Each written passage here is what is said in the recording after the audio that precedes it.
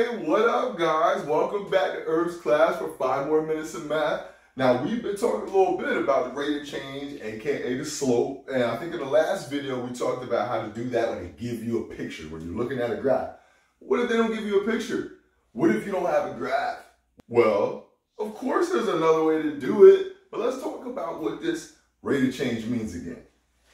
Okay, good. So, picture or not, graph or not, when we're talking about slope between 2 points, we're talking about the change in y over the change in x. Now, if we had 2 points with an x coordinate and a y coordinate, we can figure those two things out. Yeah, let's get a couple of points up here so we understand what I'm talking about. Good. Okay, so in each one of these ordered pairs, or in each one of these coordinates, or in each one of these points, I have an x coordinate and a y coordinate. Let's talk about which one is which. Yeah. Remember, the first number in each ordered pair is the x coordinate, the second one is the y. Okay, so now that I got 2 points so we can differentiate between the two, let's label them 1 and 2. Good, just like that. So we don't want to get them mixed up. When I say x1, I mean the x coordinate from the first point. Okay, so now we know what the change in y, how do you find the change in something? Don't you subtract? Yeah, so if I want to know how y changed, I would take the second y and subtract the first one. So, yes, exactly right. That's how you find out how something changes. You subtract the end minus the beginning. I'm going to do the same thing for the x's. Yes. So what that is the change in y over the change in x, which is the rate of change, which is the slope between 2 points, which I can do for these two right here. Here's the formula. Yeah. You're going to see m a lot for slope. Yeah, when we're talking about the slope between 2 points in a graph, you're going to see that letter m a lot. Yeah, okay, so there's my formula. I'm just going to take these numbers and put them right here. Just like this.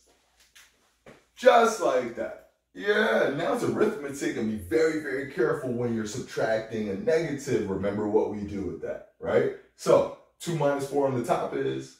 Yeah, exactly right. And 5 minus a negative 3 on the bottom, which is really 5 plus 3 is 8. Yeah, exactly right. But we're not done. This is a fraction, and if fraction can be reduced, it should be.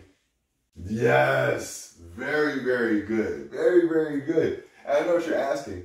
Mr. Erb, does it matter which point I call number 1 and which point I call number 2? Well, I don't think so, but let's see. There you go. I want to flip them backwards for you. Let's work it out. Okay, there we go. So y2 minus y1 over x2 minus x1. 4 minus 2 is? Of course it's 2. Negative 3 minus 5 is? Of course it's negative 8. And can I reduce that also? Of course I can. Yeah. Isn't that the same thing I got before? Now you realize that this is exactly the same as that. And that's exactly the same as that. Exactly right. In a fraction, in a negative fraction, it doesn't matter if the top number is negative or the bottom number is negative or that negative is in the middle. As long as they're not both negative, all those mean the same thing. Yeah. Yo, listen, I hope this helps. Thanks for coming to check me out, man. I'm going to do some homework. Oh, yeah.